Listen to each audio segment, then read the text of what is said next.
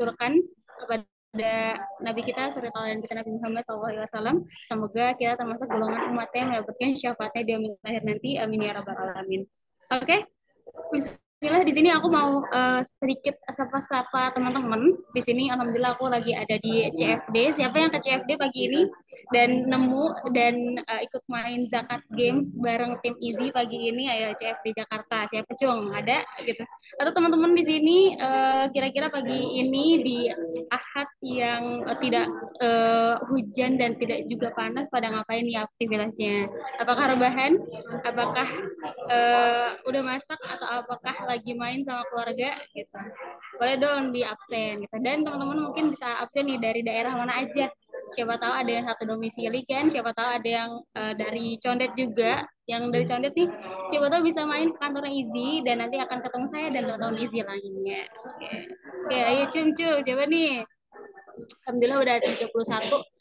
Semakin ramai ya gitu kalau di ruangan offline nih kayaknya udah rame banget nih gitu. Nah, boleh nih teman-teman, ibu bapak, handai taulan sekalian, boleh sambil diajak lagi teman-temannya supaya makin ramai, makin banyak yang merasakan manfaatnya. Wah, Kak Rahma dari Tarakan Kalimantan Utara, Masya Allah. Salam buat keluarga di Kalimantan Utara. Ini jauh banget ya gitu. Kapan-kapan kalau ke Jakarta boleh Kak main ke Isi Condet.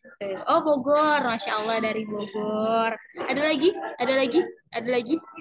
Masya Allah semakin luas ya. Semoga kedepannya makin banyak nih teman-teman dan handai taulan, saudara-saudara, ibu bapak yang join juga gitu. Insya Allah akan ada webinar lanjutan gitu. Jadi nggak cuma hari ini aja kita ketemu. Insya Allah kedepannya bakal ketemu lagi di webinar yang nggak kalah bermanfaatnya. Oke, langsung aja karena pematerian kita sudah datang ya. Di sini ada uh, Mbak Mbak Dera gitu. Mbak Dera di sini sudah hadir juga bersama kita. Jadi kita langsung mulai aja ya. Bismillah di sini sebelum mulai mungkin aku mau menyapa Mbak Dera. Assalamualaikum. Waalaikumsalam warahmatullahi wabarakatuh. Masya Allah, Mbak Dera apa kabar? Baik, Sehat? baik, alhamdulillah sehat. Alhamdulillah. Mbak Dera lagi di rumah atau lagi di mana nih Mbak Dera posisinya? Iya, lagi di rumah. Wah, Alhamdulillah. Alhamdulillah lagi di rumah ya. Oke. Baik, karena teman-teman ini mungkin udah nggak sabar ya. Mungkin sebelum mulai, biar tambah excited lagi gitu ya. Aku mau izin bacakan CV dari Mbak Dera dulu ya. Jadi beliau ini memiliki nama lengkap yaitu em, Mbak Dewi Ratna Diana Amelia yang gelarnya Masya Allah banyak sekali, ada gelar CFP, IFP, dan QWP. Beliau ini memiliki akun Instagram @deramelia dan teman-teman bisa langsung di follow aja. Beliau ini merupakan seorang Islamic Financial Planner. Nah, beliau ini lulus dari Faculty of Economics and Business of the Indonesia University dan beliau merupakan lulus dari MSc Islamic Finance and Banking dari University of Dundee. Nah, beliau juga memiliki beberapa capaian. Yang pertama ada Financial Advisor dan Educator berpengalaman. Dan beliau juga merupakan Certified Financial Planner atau CFP dari Financial Planning Standard Board atau FPSB di Indonesia. Beliau juga merupakan seorang Qualified Wealth Planner atau QWP dan beliau juga merupakan Islamic Financial Planner di IBFIM Malaysia. Masya Allah, ini udah banyak banget achievementnya dan beliau juga merupakan lulusan dari universitas yang Masya Allah banget ya gitu. Jadi teman-teman ada taulan semua pastikan sudah menyiapkan catatannya. Sayang banget nih kalau misalnya nggak dicatat gitu dan siapkan juga pertanyaan terbaiknya yang saya mau kalau misalnya ada pertanyaan yang masih mengganjal gitu selesai webinar ini harus segera ditanyakan dan dapat jawabannya. Oke, untuk selanjutnya mungkin teman-teman udah nggak sabar lagi, langsung saja kepada Mbak Dewi Ratna Diana Amelia, waktu dan layar saya persilahkan. Oke, terima kasih banyak Mbak Ade. Assalamualaikum warahmatullahi wabarakatuh semuanya, teman-teman sekalian. Selamat pagi ya kalau dari sini dari tempat saya di Depok. Mungkin ada yang WIT Wita atau WIT gitu ya, mungkin udah agak siang. Cuman kalau di sini di daerah Jabodetabek kita masih pagi. Insya Allah hari ini kita akan belajar bersama gitu ya. Saya insya Allah akan sharing terkait dengan topik kali ini yaitu cerdas kelola keuangan bersama pasangan. Nah, aku mau izin dulu untuk share screen. Sebentar.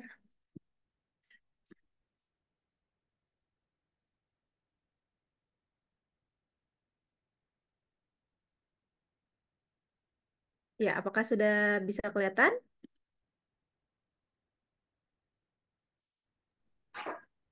Lihat, Mbak. Oke, aman ya. Oke, jadi kali ini topiknya adalah terkait dengan cerdas finansial bersama pasangan gitu ya. Nah, insya Allah ini adalah satu topik yang menurut aku penting banget. Kenapa? Karena banyak sekali di luar sana yang akhirnya itu punya masalah-masalah yang ibaratnya mungkin masalah kecil gitu ya, yang sumbernya itu dari keuangan gitu. Beberapa saat yang lalu saya pernah diceritakan oleh seorang teman, jadi dia akhirnya memutuskan untuk berpisah gitu ya dengan suaminya karena salah satunya kalau misalnya saya cari tahu itu ya alasannya keuangan gitu. Kenapa ya? Karena suaminya nggak terbuka masalah gajinya lah gitu ya. Terus si istri ini ngerasa ibaratnya bulanannya kurang tapi udah dijatah sama suaminya, tapi suaminya tuh nggak terbuka masalah gajinya gitu ya, nggak mau bareng-bareng rencanain tujuan-tujuan keuangannya sama-sama, nggak terbuka gitu dalam keluarga. Padahal keterbukaan keuangan dalam keluarga ini tentunya akan meningkatkan harmonis gitu ya, akan menjadikan keluarga-keluarga ini yang harmonis sebenarnya. Makanya penting untuk adanya sih komunikasi bersama dengan pasangan ini dalam keluarga. Dan ini insya Allah yang akan kita coba diskusikan bersama gitu ya, kurang lebih mungkin selama 1 jam ke depan. Tadi udah dikenalin juga terkait dengan CV aku sama Mbak Ade. Nah, ini pertanyaan pertama yang mungkin basic banget gitu ya, yang nanti akan kaitannya akan kita kaitkan dengan topik besarannya. Kenapa sih saya harus ngelola keuangan gitu ya bersama pasangan?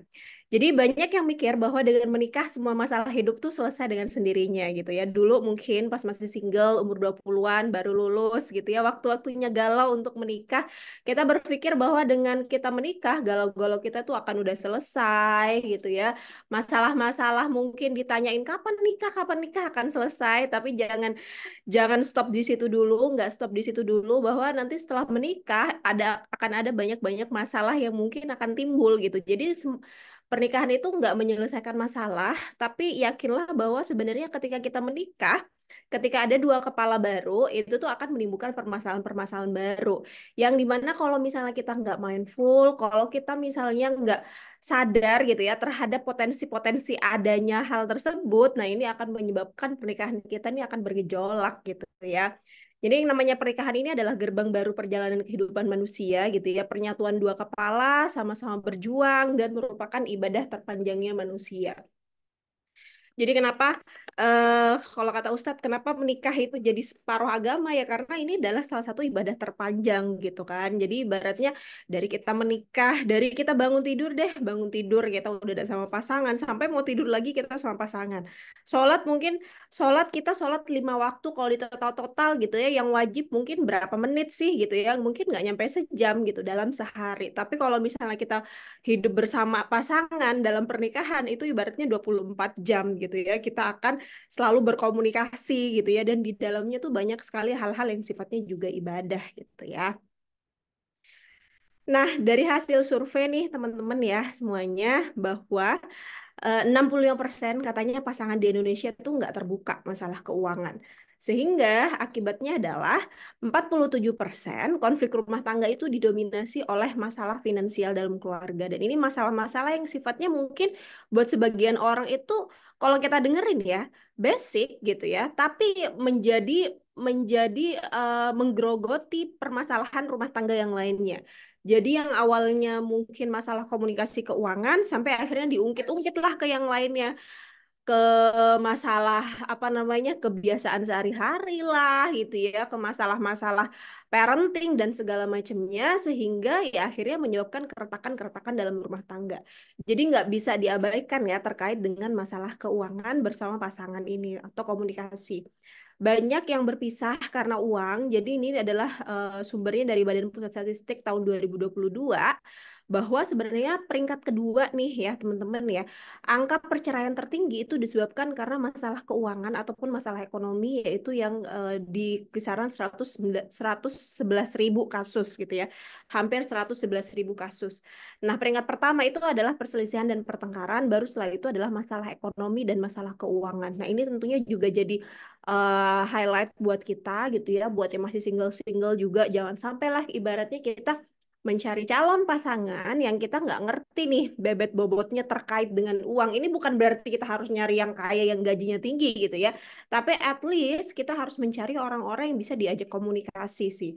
Pun setelah kita menikah, misalnya ya, kita menikah pun kita juga harus intens berkomunikasi nih masalah uang gitu dengan pasangan, baik dari hal-hal yang kecil ke hal-hal yang besar. Hal kecil itu seperti apa, hal-hal besar seperti apa, nanti kita akan coba diskusikan ya di sini.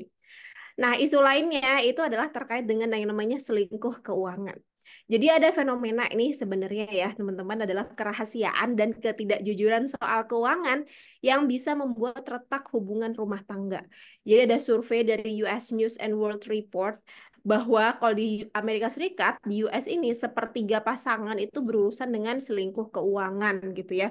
Dan itu jamak dilakukan, itu udah biasa dilakukan, setiap tahunnya itu bahkan meningkat.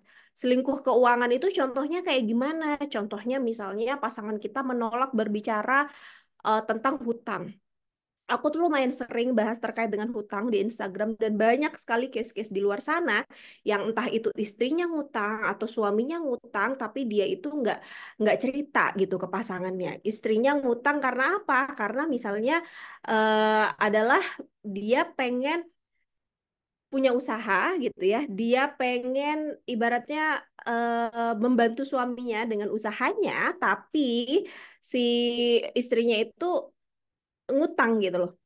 Jadi akhirnya adalah dia punya hutang, dia nggak bilang sama suaminya. Akhirnya utangnya dia nggak bisa bayar gitu ya. Dia udah kalut dan segala macam. Dia takut pas ngomong-ngomong sama suaminya. Akhirnya timbullah pertengkaran gitu. Dan ini nggak cuma istri ya, suami pun demikian gitu ya.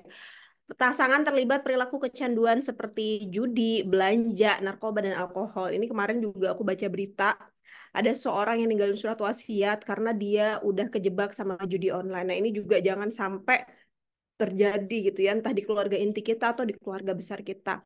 Pasangan menyembunyikan pembeliannya. Nah, ini juga mungkin hal yang kecil gitu ya. Kita beli beli apa sih gitu ya, kalau misalnya kita gitu ya perempuan mungkin angka beli yang di atas 1 juta gitu ya, atau misalnya beli tas lah atau beli apa, dan kita tuh nggak pernah cerita gitu ke pasangan, dan juga dikirimnya ke kantor misalnya di kantornya si perempuan, sampai akhirnya mungkin buat sebagian orang ini bukan suatu hal yang masalah ya, ketika mereka memang udah ada perjanjian, ya udah gitu ya, uang kamu, uang aku, silahkan belanja buat diri kamu, aku akan belanja buat diri aku gitu ya. Tapi akan jadi masalah ketika misalnya sebelumnya sudah ada perjanjian, misalnya ya ini single income dari suaminya, ada perjanjian bahwa ada pengeluaran-pengeluaran tertentu itu kita harus obrolin bareng-bareng gitu.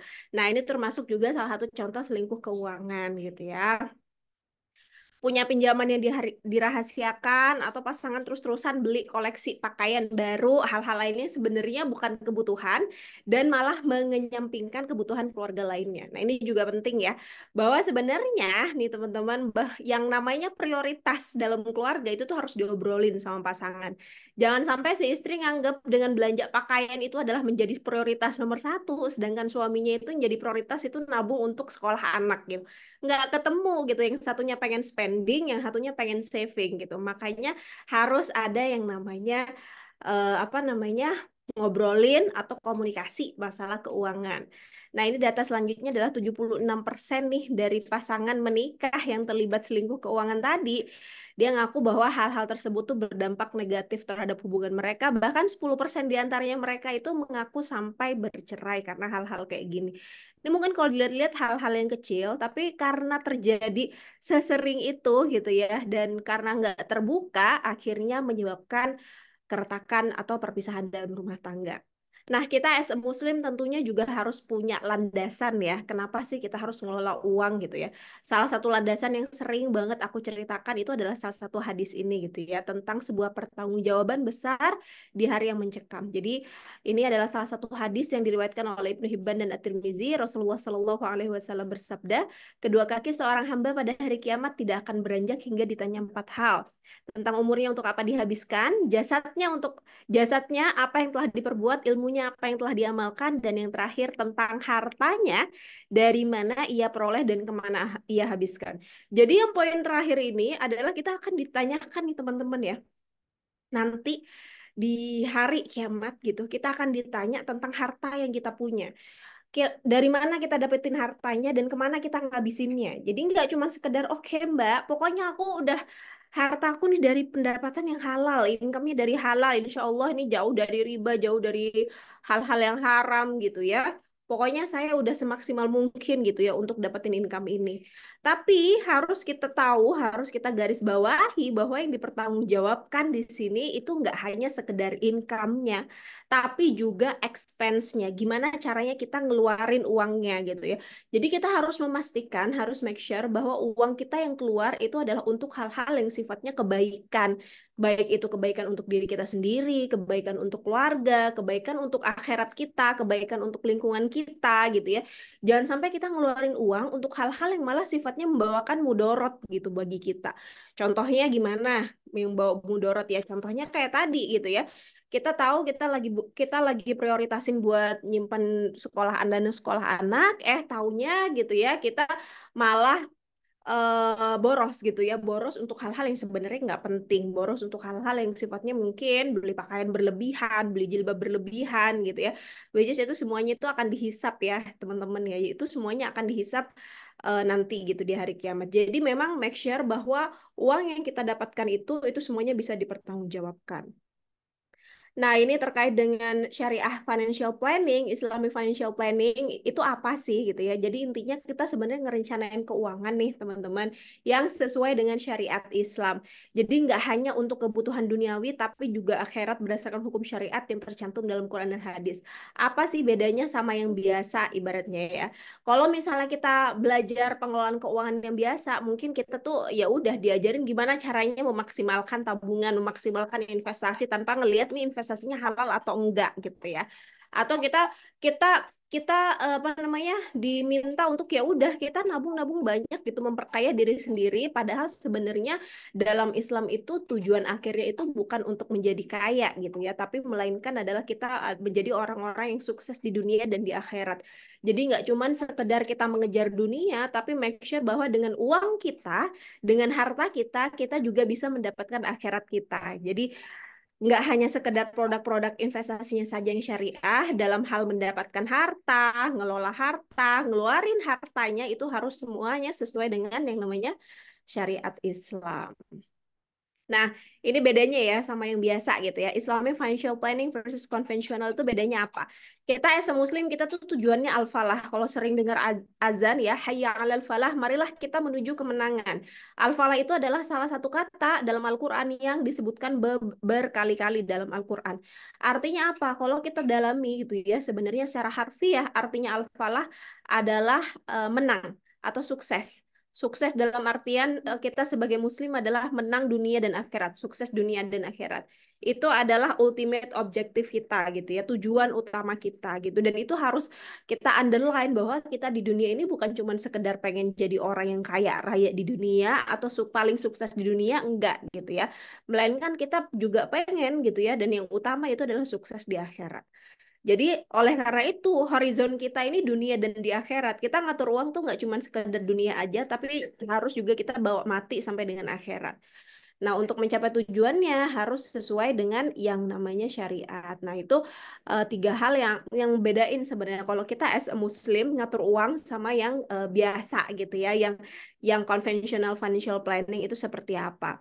Ngatur uang ini sebenarnya juga udah ada dari zaman-zaman dulu gitu ya, dari zaman Nabi Muhammad juga udah kita kita nanti lihat gitu ya bagaimana Rasulullah juga ngelihat para sahabat-sahabat juga sudah mengatur uang dari zaman Rasulullah saat itu yang kalau kita tarik mundur lagi gitu ya ada salah satu ayat di Al-Qur'an, salah satu surah dalam Al-Qur'an yang juga kalau kita gali itu tuh ada terkait dengan pengelolaan keuangan loh.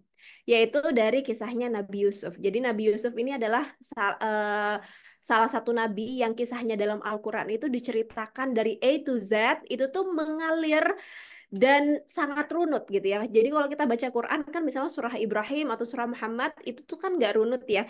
Jadi ada beberapa part itu bagian cerita tentang Nabi Ibrahim, Nabi Ismail, tapi part-part tertentu itu adalah bagian lainnya gitu ya. Nah, tapi kalau kita baca surah Yusuf, ini adalah salah satu surah yang kita baca dari ayat 1 sampai ayat terakhir itu Masya Allah adalah ayat yang sangat runut menceritakan kisah Nabi Yusuf. Nah, surah Yusuf ini juga merupakan salah satu surah yang turun pada saat Nabi Muhammad ini adalah pada saat masa-masa kesedihan, ditinggal paman dan istri tercintanya yaitu Khadijah radhiyallahu anhu.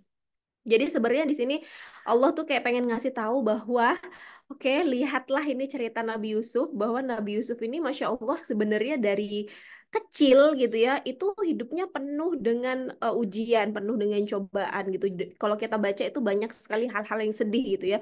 Dari yang kecil itu saudara-saudaranya pada iri, pada nggak suka sama dia sampai akhirnya dia itu dibuang gitu ya ke sumur, diperjualbelikan sebagai budak gitu ya, difitnah oleh majikannya, masuk penjara. Pokoknya masa hidupnya tuh kok kayaknya kelam banget gitu. Jadi kalau misalnya kita merasa hidup kita down, hidup kita kok ngerasa sedih banget, mungkin kita bisa ya baca dan tadaburi surah surah Yusuf ini bahwa sebenarnya kita bukan bukan orang yang paling susah kok di dunia gitu ya. Ibaratnya even Nabi aja nih setingkat Nabi Yusuf aja Masya Allah ujiannya seperti itu. Oke, lanjut ke pengelolaan keuangan gitu ya. Nah, di Nabi Yusuf ini, pada saat Nabi Yusuf waktu itu lagi di penjara nih gitu ya, rajanya pada saat itu si rajanya ini bermimpi ada 7 ekor sapi betina yang gemuk dimakan oleh 7 sapi betina yang kurus. Kok aneh ya gitu. Rajanya ngerasa kok kayaknya aneh banget. Kok bisa yang gemuk dimakan sama yang kurus gitu. Jadi akhirnya rajanya waktu itu bikin sayembara ke seluruh orang yang ada di kota. Siapa nih yang bisa menakwilkan mimpi gitu kan. Akhirnya banyak orang yang mencoba menakwilkan mimpi dan waktu itu Yusuf yang lagi ada di penjara mencoba juga menakwilkan mimpi tentunya atas ilmu dari Allah gitu ya. Lalu Yusuf berkata bahwa arti yang mimpinya si sang raja ini adalah kamu bercocok tanam 7 tahun sebagaimana biasa apa yang kamu tuai hendaklah kamu biarkan di bulirnya kecuali sedikit untuk kamu makan. Nah, di ayat selanjutnya isinya kurang lebih bahwa nanti nih setelah 7 tahun di mana kita disuruh bercocok tanam seperti biasa, akan ada paceklik di 7 tahun berikutnya. Di mana 7 tahun berikutnya nih paceklik, mereka udah nggak bisa bertani gitu ya, udah nggak bisa nanam gandum dan segala macamnya. Jadi dari sini kita belajar kalau kita lihat tafsirnya bahwa ketika ada tahun-tahun di mana kita ibaratnya income kita banyak gitu ya. Di sini mungkin ya tahun-tahun yang sering hujan gitu ya. Jangan langsung semuanya dihabiskan, namun sebagiannya untuk disimpan untuk menghadapi waktu-waktu yang sulit. Dalam ayat ini juga terdapat anjuran mengatur harta sehemat mungkin, yakni maksudnya sehemat mungkin itu bukan berarti kita pelit gitu ya. Tapi artinya adalah kita tidak menghambur-hamburkannya agar ketika tiba waktu yang sulit kita tidak terlalu kekurangan. Jadi dari part kisahnya yang satu ini nih kita bisa banyak sekali mengambil pelajaran bahwa misalnya kita persiapkan dana darurat lah untuk kondisi yang tidak terduga, kita menghemat hal-hal yang sifatnya konsumtif. Nah, ini juga ada redaksi yang namanya redaksinya itu visumbulihi atau tangkai gitu ya. Nah, artinya bahwa ini dulu ya, kalau kita nanam gandum, kalau misalnya anggap aja padi ya biar kebayang gitu ya.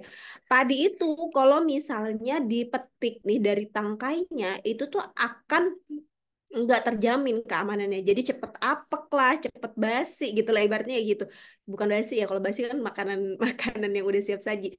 Cepet apek gitu. Jadi ibaratnya kalau padi itu udah dilepas dari tangkainya, dibuka gitu ya dari si yang kulitnya gitu ya, disimpannya dalam bentuk kayak gitu tuh akan cepet apek gitu. Nah, di sini sebenarnya redaksi Visum Bulihi ini yang tangkainya kenapa disuruhnya sama Nabi Yusuf itu jangan dilepaskan dari tangkainya. Ini sebenarnya kita bisa belajar bahwa pesan tersiratnya kita bisa memilih tempat penyimpanan yang aman agar yang kita simpan tuh nggak habis gitu ya. Habis untuk apa ya nggak ya kalau kita mikir kan ya biar nggak dicuri orang. Enggak juga sebenarnya malah lebih beresiko habis untuk dibelanjakan sama kita gitu ya. Habis sama kita dimakan lah gitu ya. Sifat konsumtif berlebihan dan lain sebagainya. Nah, di sini kita juga belajar bahwa setelah masa produktif akan datang di mana masa kita tuh udah nggak produktif lagi. Di zamannya Nabi Yusuf kita kita bisa tahu lah dari apa namanya takwilan mimpi Nabi Yusuf bahwa dari 7 tahun nih 7 tahun nanti paceklik gitu udah bisa memprediksi gitu. Itu malah lebih enak kalau kita udah bisa prediksi dari sekarang 7 tahun ke depan nih kita akan ada COVID kayak kemarin gitu misalnya. Ya kita siapin lah sebaik mungkin gitu ya belajar dari yang kemarin. Tapi masalahnya adalah kan kita nggak tahu nih hal-hal kayak gini ya resiko-resiko kayak gini kita nggak bener-bener tahu. That's why kita harus siapkan dengan baik. Yang mana hal ini juga akan berpengaruh terhadap keuangan kita.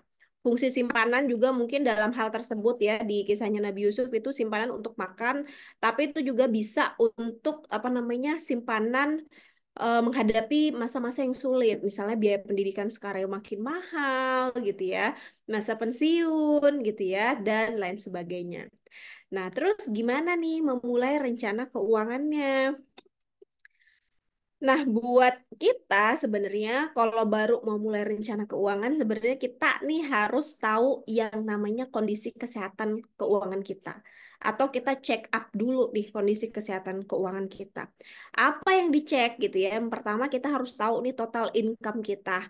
Pasti semuanya udah tahu ya. Kayaknya kalau income berapa sih gajinya, pemasukannya pasti semuanya udah tahu gitu ya. Kira-kira di berapa. Nah, biasanya yang nggak banyak orang tahu adalah terkait dengan berapa pengeluaran bulanan kita gitu ya. Berapa apa namanya expense kita selama sebulan. Biaya-biaya yang harus kita keluarkan selama sebulan tuh berapa. Nah, ini kita juga harus tahu untuk melihat sebenarnya kondisi keuangan kita tuh kayak gimana. Jangan-jangan tiap bulannya tuh kita ibaratnya pengeluaran kita malah lebih besar dibandingkan income atau malah pengeluaran kita ya sama kayak income. Jadi ini sebenarnya harus ada yang dievaluasi terhadap hal ini gitu ya. Nah, yang harus kita lihat yang ketiga adalah hutang kita saat ini. Cicilannya berapa? Masalah hutang ini harus kita benar-benar tahu karena hutang ini kalau kita as a Muslim dalam Islam itu bukan hanya sekedar urusan dunia, tapi kita akan bawa nanti sampai dengan akhirat. Jadi makanya kita harus tulis gitu ya. Dalam surah Al-Baqarah itu ada satu ayat yang panjang sekali. Nah, ayat terpanjang itu adalah ketika ngebahas terkait dengan hutang. Jadi yang namanya hutang ketika kita berhutang itu harus ada saksi, misalnya 2 orang. Harus kita catatkan baik yang kita menghutangi ataupun dia yang berhutang gitu ya. Jadi memang harus kita tulis dan kita tahu kondisinya saat ini berapa. Dan kita juga harus tahu berapa harta saya saat ini. Harta saya saat ini dalam artian kayak kita udah punya aset apa aja nih sekarang. Tabungannya isinya berapa. Kalau udah mulai nabung di logam mulia atau di emas itu sekarang ada berapa gitu. Jadi memang kita harus tahu total-totalnya. Nah, dari ketika kita tahu nih yang sebelah kiri, kita bisa lihat nih berapa rasio-rasio utama gitu ya. Misalnya adalah kita udah punya belum dana daruratnya. Dana darurat itu dana yang memang kita simpan ya untuk kondisi darurat adalah 3 sampai dengan 6 kali pengeluaran. Yang kedua adalah cicilan hutang kita. Itu tuh udah sehat atau belum? Cicilan hutang kita itu maksimal 35% dari income. Lalu udah bisa nabung atau nyisihin belum dari income kita? Minimal-minimalnya aja adalah 10%. Nah, selanjutnya nih, ini sebenarnya financial check up kalau udah punya pasangan, kalau udah punya suami atau istri itu dilakukan bareng-bareng ya. Sekalian jadi money talk gitu bareng sama pasangan gitu ya. Jadi jangan sampai ibaratnya kita ngukur financial check up keluarga, tapi pasangan kita nggak tahu gitu ya. Jadi walaupun misalnya ibu-ibu nih gitu ya, bunda-bunda, mbak-mbak di luar sana jadi manajer keuangan dalam keluarganya, itu tetap harus kita ajak diskusi suami kita, pasangan kita untuk sama-sama diskusiin terkait dengan keuangan keluarga. Jadi memang mungkin hal yang kecil, tapi ini sebenarnya akan membuat berbeda banget. Once kita pernah ngobrolin, jangan jadiin kayak misal, oke kita rapat yuk, kita rapat, ayo kita rapat ngomongin keuangan gitu. Jangan jadiin suatu hal yang serius gitu, kayak misalnya lagi rapat-rapat para pejabat gitu ya, kalau kayak di DPR gitu ya. Jadi kan kayak misalnya pas anak-anak udah tidur gitu ya, tea time, ngeteh bareng sama pasangan, sambil buka-buka catatan, ngobrol terkait dengan hal-hal yang ini, financial check up gitu ya. Dan kita sama-sama evaluasi kira-kira sebenarnya dari kondisi keuangan dalam keluarga itu kondisinya sehat atau enggak gitu. Nah, selanjutnya adalah money talk dengan yang namanya pasangan. Apa saja sih yang perlu didiskusikan tadi misalnya ya. Money talk-nya pertama financial check up. Yang selanjutnya, topik selanjutnya kita terbuka ya masalah uang ya, terbuka tentang uang. Si suami terbuka lah terkait dengan income-nya, pengeluaran-pengeluarannya. Si istri kalau misalnya dia di rumah memang khusus untuk apa berdedikasi untuk jadi manajer keuangan ya dia juga harus terbuka terkait dengan uang yang dia kelola gitu ya. Walaupun istrinya juga bekerja dan sama-sama bekerja juga sama-sama harus terbuka gitu ya terkait dengan keuangan. Nah, ini yang kedua nih, minta izin versus minta maaf. Ini juga banyak banget kan yang ibaratnya kayak mending minta maaf dibandingkan minta izin katanya. Tapi yakinlah sebenarnya kalau kita minta maaf ya, itu tuh sebenarnya ada hati yang dilukai gitu ya. Jadi kayak kita nggak izin, mau ngapa-ngapain, mau hutang nggak izin, misalnya mau beli pembelian yang besar, kita ibaratnya nggak pernah ngobrol. Itu tuh walaupun ya kita udah minta maaf, tapi tetap ibaratnya kayak kita melukai hati seseorang gitu. Jadi daripada kita minta izin atau minta maaf ya kita obrolin dari awal hal-hal apa aja nih yang harus kita harus didiskusikan, pembelian seperti apa yang harus kita diskusikan bareng kayak gitu-gitu. Kalau misalnya kayak istri cuma mau beli jajan buat anak kan nggak mungkin dia harus minta izin juga gitu kan. Nah, yang ketiga adalah diskusi rencana keuangan keluarga. Nah, ini juga penting tujuan keuangan. Jadi kayak apa sih yang kita tuju gitu ya terkait dengan keuangan dalam keluarga. Nah, ini juga hal yang hal yang besar banget sebenarnya teman-teman karena ini juga harus didiskusikan bareng-bareng karena gini, menyamakan tujuan keuangan itu juga salah satu cara kita menyamakan visi misi keluarga sebenarnya. Misalnya gini, si istri ini pengen nanti kalau misalnya nabung, pokoknya saya mau ini deh gitu ya, mau beli mobil dulu gitu ya. Karena emang butuh mobil gitu ya, udah punya anak satu kemana-mana susah gitu ya. Sedangkan suaminya ini emang pengen banget nabung buat haji misalnya. Jadi kan nggak ketemu ya, yang satu prioritasnya pengen beli mobil, yang satu prioritasnya mau naik haji. Nah, kalau nggak ketemu kayak gini, ini akan susah nih sebenarnya kalau pas kita menjalani nabungnya. That's why sebenarnya perlu untuk diskusi nih terkait dengan hal ini. Baik itu si istri sama suami sama-sama buka pikirannya, sama-sama buka isi kepalanya, apa sih yang benar-benar menjadi prioritas keuangan, prioritas tujuan keuangan keluarga saat ini gitu ya. Jadi udah nggak mikirin diri sendiri, tapi benar-benar udah mikirin pros and cons-nya, kelebihan dan kekurangannya dari tujuan keuangan keluarga gitu ya. Apa yang jadi prioritas utama nih? Yang pertama misalnya oke kita sama-sama sepakat kita daftar haji dulu ya gitu ya misalnya. Terus setelah kita udah selesai nabung haji, kita nabung untuk dana pendidikan anak misalnya kayak gitu. Jadi memang hal-hal yang seperti ini harus sepakat. Jangan sampai nanti beda isi kepala, ujungnya ini nanti kekejarnya tuh kayak akan lama gitu loh terhadap rencana-rencana keuangan ini gitu. Nah, selanjutnya adalah kalau misalnya double income, diskusikan tanggung jawab masing-masing.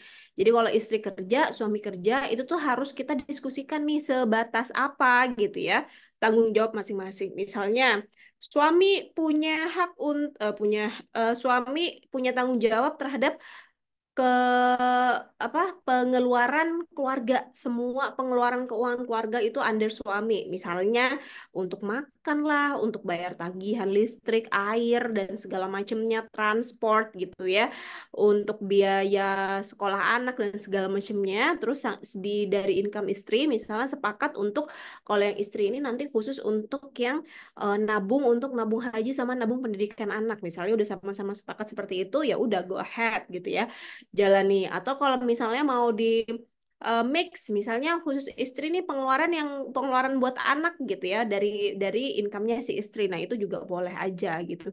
Intinya sebenarnya kalau income istri ini nggak ada kewajiban ya untuk dikasih ke keluarga, tapi ya kalaupun dari income istri dikasih ke keluarga itu akan jadi sedekah buat si istri itu sendiri. Jadi memang harus diobrolin, walaupun memang nggak ada kewajiban buat si istri ini memberikan income-nya, tapi kan tentunya kita sama-sama berjuang gitu ya kalau dalam pernikahan gitu. Nah, ibaratnya kalau kita nggak ngobrol ya gimana caranya tahu sama-sama berjuang di bahtera rumah tangga gitu. Nah, selanjutnya juga yang harus kita lihat itu adalah arus kas. Nah, arus kas ini kalau udah menikah nih sebenarnya kita lihat dari dua belah pihak ya. Kalau ini kan mungkin catatannya di satu orang gitu ya. Apakah si pasangan kita juga kerja? Apakah si istrinya juga kerja? Nah, ini juga kita harus lihat dari income si pasangan gitu. Kalau misalnya single income gimana Mbak? Ya udah single income kita lihat nih single income-nya yang dari si satu pasangan ini gitu ya. Dan harus make sure bahwa arus kas kita sehat. Artinya adalah pengeluaran kita itu harus lebih kecil dibandingkan pemasukan kita. Jadi jangan sampai kalau pengeluarannya lebih besar gitu ya. Nah, kalau misalnya pengeluarannya lebih besar, artinya kan kita harus ngekat pengeluaran atau kita nambah income gitu. Jadi memang harus kita tahu posisi cash flow kita saat ini. Ini anggap aja income-nya per bulan 5 juta gitu ya. Mungkin dia tinggalnya nggak di Jakarta misalnya. Ini dua apa namanya suami istri sama satu anak tinggal di daerah Jawa Tengah gitu ya. Misalnya dia udah punya cicilan lah 1,5, udah bisa nabung kebutuhan sehari-harinya selama sebulan 2,5 gitu ya, dan lain sebagainya, totalnya 5 juta. Yang kalau kita lihat yang harus diperhatikan adalah cicilan hutangnya nggak boleh lebih dari 35% ya, dan tabungannya minimalnya itu 10% dari gaji. Kalau udah bisa lebih dari 10% gimana Mbak? Nah itu udah bagus berarti kalau udah bisa lebih dari 50% gitu ya. Jadi 10% ini ibaratnya kayak batas minimal aja. Jadi jangan sampai kalau kita udah bisa nabungnya 20% tetap dipaksa 10% gitu. Jadi nggak kayak gitu ya. Nah ini beberapa cara ngatur arus kas sebenarnya bareng pasangan. Jadi memang nggak ada yang baku, nggak ada yang oke, saklek harus pakai yang cara A atau yang cara yang B gitu ya. Nggak ada. Yang penting sebenarnya intinya adalah diobrolin antara suami dan istrinya. Misalnya nih, contohnya eh, si suami dan istri misalnya sama-sama kerja, let's say. Jadi ya udah mereka sepakat 100% semuanya tuh untuk keluarga. Atau si suami gitu ya, dia 50-80%-nya untuk keluarga, sisanya disimpan sendiri, sedangkan 100% yang istrinya untuk sendiri gitu ya. Atau misalnya yang ini, si suami nih 50%-nya untuk pengeluaran ABC, sedangkan yang istri itu untuk pengeluaran DEF gitu. Jadi ibaratnya kayak kita udah sama-sama sepakat nih dari income ini gimana cara ngaturnya, atau misalnya yang single income yang dari suaminya, ya udah berarti nanti si suaminya ngasih ke istrinya yang ngelola gitu ya, sekian sekian sekian, nanti suaminya itu megang buat operasional sehari-harinya misalnya 20% gitu, misalnya itu bisa juga kayak gitu. Atau misalnya bukan istri nih yang ngelola tapi suami gitu ya, istri tinggal tahu beres semuanya, suami yang ngatur semuanya. Nah itu juga nggak masalah sebenarnya gitu ya, karena memang di kita ini terlalu apa ya, terlalu di eh, pat- dipatenkan bahwa yang namanya urusan uang tuh urusan istri yang ngatur, padahal belum tentu. Kalau misalnya suaminya lebih telaten, lebih rajin, lebih kayak nggak neko-neko gitu ya, bukan nggak neko-neko ya, maksudnya nggak terlalu bernafsu dalam berbelanja. Misalnya kalau dipegang istri nih, eh, dia selalu pengen berbelanja tiap ada uang lebih gitu. Nah ini bisa bisa sih diputer bahwa si buat untuk si suaminya yang ngatur instead of si istrinya gitu ya. Oke, nah ini selanjutnya nih setelah kita udah ngatur keuangannya antara suami istri itu kayak gimana, ngatur cash flow-nya, tahu financial check up-nya adalah tahu dana darurat kita gitu ya. Dana darurat kita udah kekumpul belum ya? Cara ngitungnya sebenarnya gampang aja ya. Kalau misalnya kita kayak ibaratnya ada kerjaan atau pegawai biasa kerja di kantoran nih sebenarnya idealnya 3 sampai 6 kali aja pengeluaran bulanan. 3 sampai 6 kali pengeluaran bulanan itu cara ngitungnya adalah pengeluaran bulanan kita berapa nih tiap bulannya. Let's say misalnya 4 juta atau 5 juta. Berarti dana darurat yang dibutuhkan adalah di idealnya kisaran 15 sampai dengan 30 juta. Nah, itu yang harus kita kumpulkan tuh dari 15 sampai dengan 30 juta. Tapi kalau misalnya teman-teman kerjaannya itu misalnya bisnis, nggak tetap freelancer, nah itu bisa dipertimbangkan lebih dari 6 kali ya. Bisa 7 kali lah, 8 kali, atau bisa sampai 12 kali. Jadi memang ideal ini nggak belum tentu ideal untuk semua orang. Kita lihat juga sebenarnya resiko-resiko pekerjaannya itu seperti apa. Nah, ditempatkannya di mana? Ditempatkannya adalah di instrumen-instrumen yang sifatnya liquid dan resikonya rendah. Contohnya, misalnya adalah tabungan dan reksadana pasar uang gitu ya. Jadi ini memang sifatnya liquid, gampang dicairkan. Kalau ada apa-apa tuh gampang lah ibaratnya ya untuk dicairkan. Nah, mengatur prioritas keuangan. Nah, ini merupakan salah satu hal yang penting sih sebenarnya ya dalam mengatur keuangan ya. Ketika kita tahu mana yang jadi kebutuhan kita dan mana yang jadi keinginan kita, itu tuh sebenarnya adalah satu step di mana kita tuh tambah dewasa untuk mengatur keuangan. Kalau misalnya kita masih kayak apa ya, kalau misalnya kita masih pusingin, oh ini kebutuhan atau keinginan, atau misalnya kita kayak belanja serampangan padahal yang jadi prioritas kebutuhan itu nggak kita jadikan yang utama. Nah, itu ibaratnya kita masih masih masih belum sedewasa itu gitu untuk ngatur keuangannya. Makanya yang namanya ngatur prioritas keuangan ini harus jadi yang utama untuk kita belajar bareng-bareng gitu ya. Ini sebenarnya bukan suatu hal yang bisa paten ya, dalam artian gini, contohnya ya, aku beli iPhone gitu, misalnya aku beli iPhone gitu ya, iPhone buat sebagian orang itu merupakan keinginan, tapi buat aku gitu, yang kerjaan aku yang bikin konten lah, aku dapat income dari bikin konten, beli iPhone itu merupakan suatu kebutuhan, karena dia udah masuk ke pekerjaan utama aku sebagai tools atau alat pekerjaan gitu. Sedangkan orang-orang yang misalnya ya udah kerjanya kayak biasa aja, yang nggak perlu-perlu banget gitu butuh iPhone gitu, jadi ibaratnya yang jadi kebutuhan aku belum tentu jadi kebutuhan orang lain pun sebaliknya gitu ya. Yang jadi keinginan aku belum tentu jadi keinginan orang lain juga kayak gitu. Jadi memang kita harus benar-benar tahu dan harus dewasa sebenarnya tahu terkait dengan prioritas keuangan ini. Mana yang jadi kebutuhan, mana yang jadi keinginan. Prioritas yang utama yang mana ya? Tentunya yang kebutuhan gitu ya dibandingkan yang keinginan.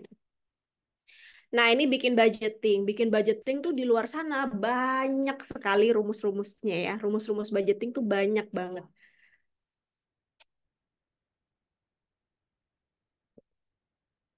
Dari yang 50, 30, 20 gitu ya. Ini mungkin sering banget ya kita dengar. Atau 80, 20% dibaginya. Atau dibagi ke 40, 30, 20, 10 misalnya kayak gitu. Tapi kalau aku pribadi sih sebenarnya nggak ada rumus budgeting yang one size fits all. Ibaratnya satu ukuran itu bisa bisa dipakai buat semua orang, itu nggak bisa. Kita nggak bisa pakai satu rumus ini untuk semua orang, itu nggak bisa gitu loh.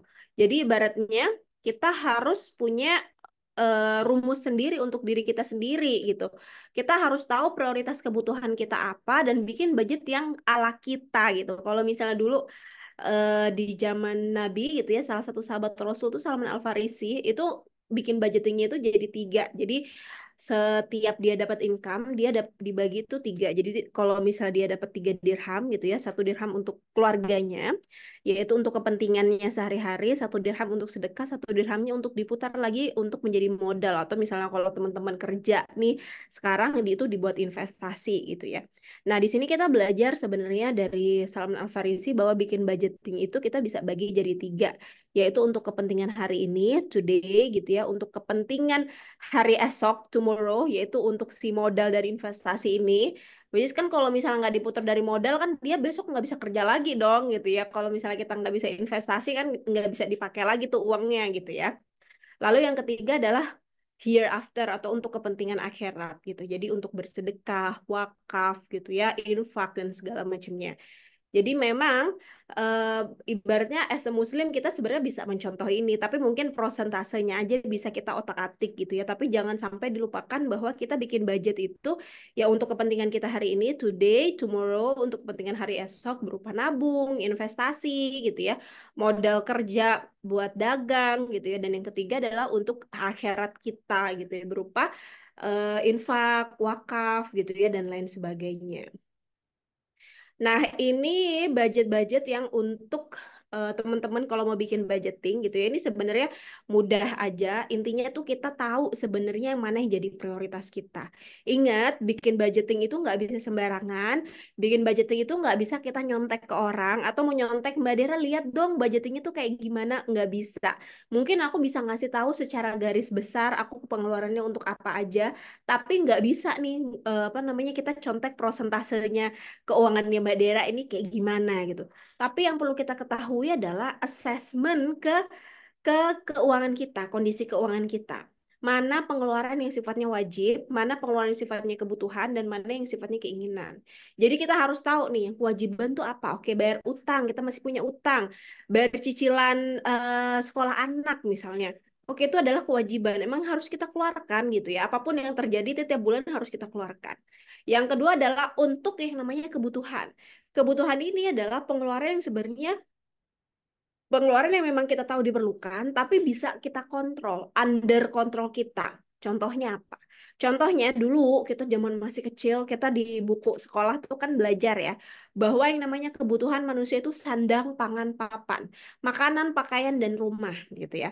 Oke, kita kembali ke pakaian misalnya. Pakaian itu memang kebutuhan. Kita kan nutup aurat tuh wajib ya gitu ya, beli pakaian tuh wajib gitu ya. Tapi apakah kita harus beli pakaian setiap bulannya? Apakah kita harus membeli pakaian dengan merek tertentu gitu ya, misalnya merek yang hype banget gitu ya saat ini gitu ya, dan lain sebagainya. Sama pun dengan makanan, makanan tuh kebutuhan kita, tapi apakah kita harus membeli terus-terusan makan di luar?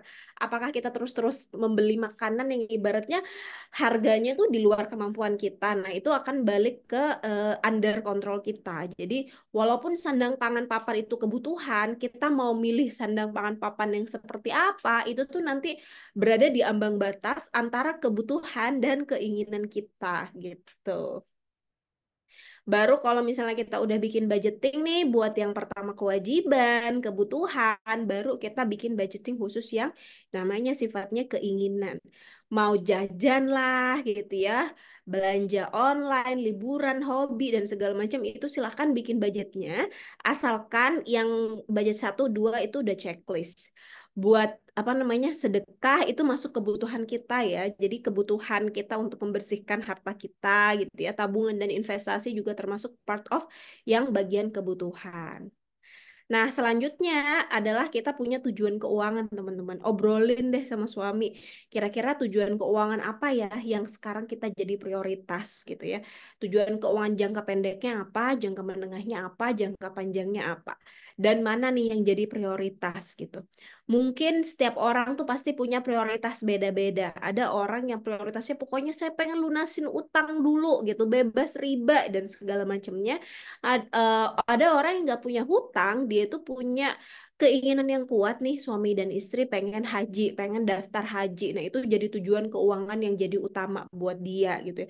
Ada sebagian orang yang punya rumah gitu ya, nabung untuk rumah itu juga jadi tujuan keuangannya dia. Intinya sebenarnya membuat prioritas tujuan keuangan ini dikembalikan ke masing-masing keluarga ya. Jadi silahkan diobrolkan bareng sama pasangan yang mana kira-kira yang jadi prioritas dan kita masih bisa fokus dulu nih ke situ gitu ya. Yang paling penting sebenarnya kalau dari aku tuh pesannya bahwa kita as a Muslim itu harus ingat bahwa yang namanya prioritas keuangan yang sifatnya wajib gitu ya, itu adalah haji untuk yang Muslim. Itu tuh merupakan salah satu ibadah wajib ya, rukun-rukun Islam yang kelima gitu untuk menunaikan haji. Jadi itu bisa jadikan prioritas gitu buat kita. Nah, sisanya silahkan pikirin masing-masing prioritas selanjutnya itu apa gitu yang jadi tujuan keuangan kita. Nah, sebenarnya teman-teman, itu tuh ada dalam siklus kehidupan kita. Tujuan keuangan itu berdasarkan siklus kehidupan. Misalnya kayak pas misalnya awal-awal nih Mungkin belum kepikiran nih kalau kita baru lulus kuliah, belum kepikiran buat nyiapin dana pendidikan anak, belum kebayang buat beli rumah, belum kebayang buat dana pensiun gitu ya.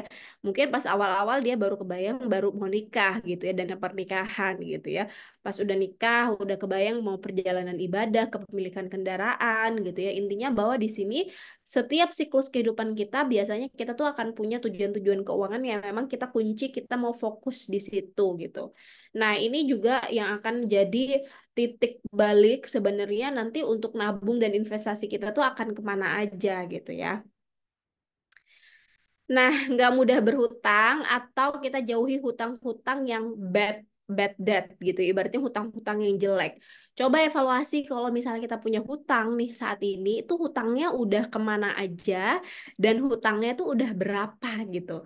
Jadi silahkan evaluasi tadi di awal aku bilang kan 35%. Sebenarnya angkanya itu bisa di 30 sampai 35% gitu ya. Jadi cicilan KPR-nya itu dilihat dulu itu udah cicilannya berapa persen nih dari income kita gitu kan. Kalau misalnya punya cicilan kendaraan itu juga bisa kita cek udah oke atau belum gitu cicilannya. Kalau punya cicilan konsumtif itu kalau bisa sih sebenarnya segera dilunasi dan jangan ke sana lagi gitu ya. Jangan ke cicilan konsumtif lagi. Cicilan konsumtif nih contohnya kayak gimana? Contohnya adalah kita ngutang buat beli baju, kita ngutang buat beli gadget atau HP, kita ngutang buat beli apa namanya tas gitu. Nah itu contoh cicilan konsumtif. Jadi memang suatu hal yang sifatnya akan kita pakai gitu ya konsumtif dan sebenarnya kalaupun kita nggak beli ya nggak masalah gitu. Nah itu juga harus kita jauhi ya kalau hutang-hutang yang sifatnya konsumtif. Nah, selanjutnya teman-teman adalah memulai investasi.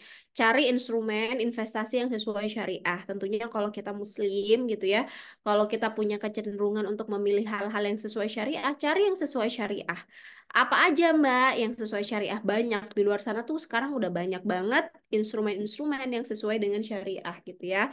Misalnya, yang pertama mungkin yang banyak orang beli adalah emas gitu ya. Ibu-ibu di sini pasti banyak banget kan yang udah beli emas, yang udah mulai investasinya di emas.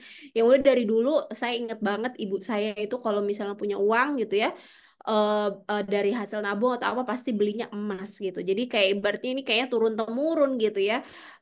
Apa namanya ilmu dari orang tua, dari nenek gitu ya untuk dibelikan emas. Jadi silahkan mungkin itu bisa juga dipertimbangkan.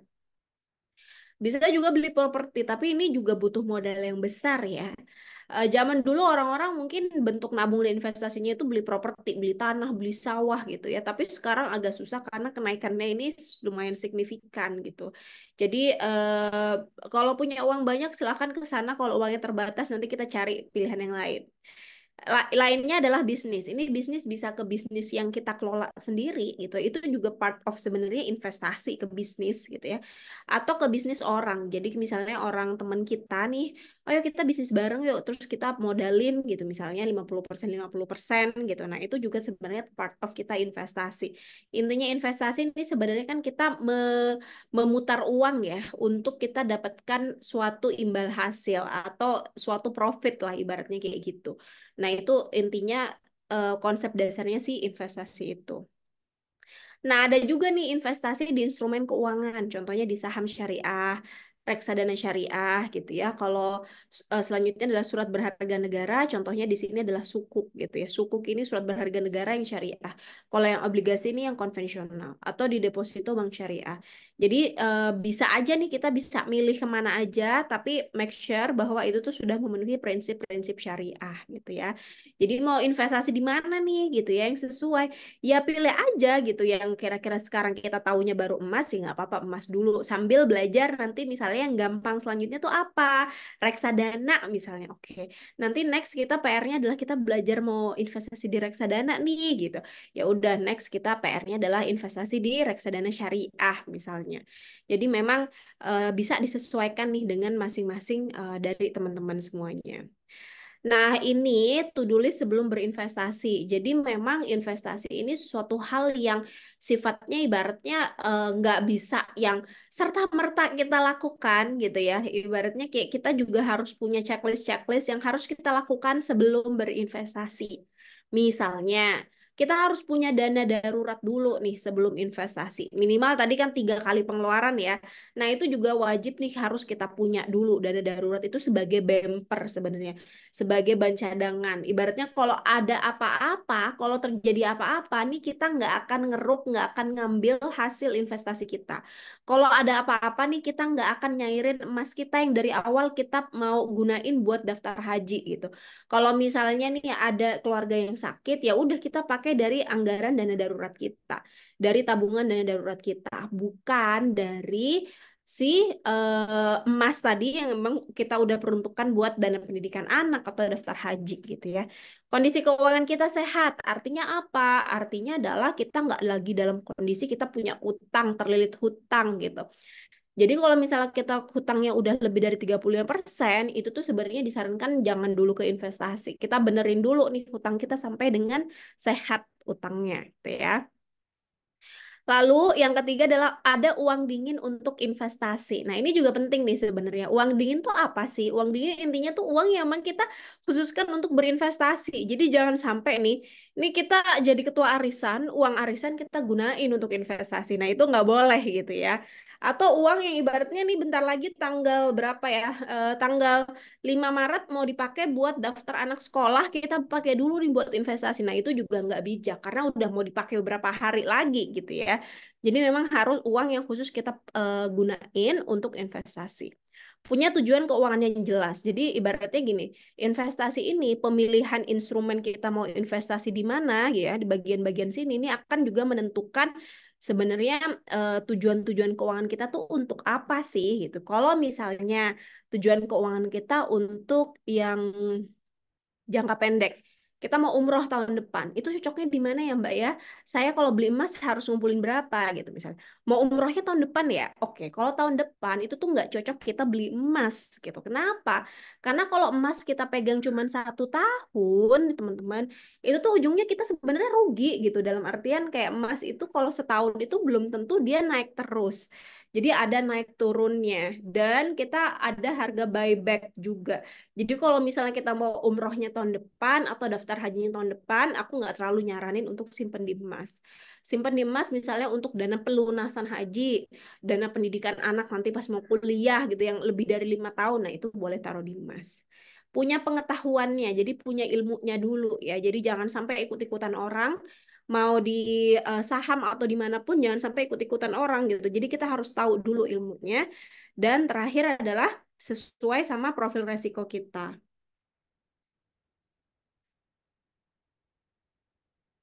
Nah, di gambar ini nih sebenarnya adalah kayak ibaratnya jangan sampai kita naik tangganya tuh melangkah langsung ke investasi padahal kita nggak punya tabungan basic dana darurat gitu ya. Asuransi itu kayak ibaratnya sebenarnya proteksi ya.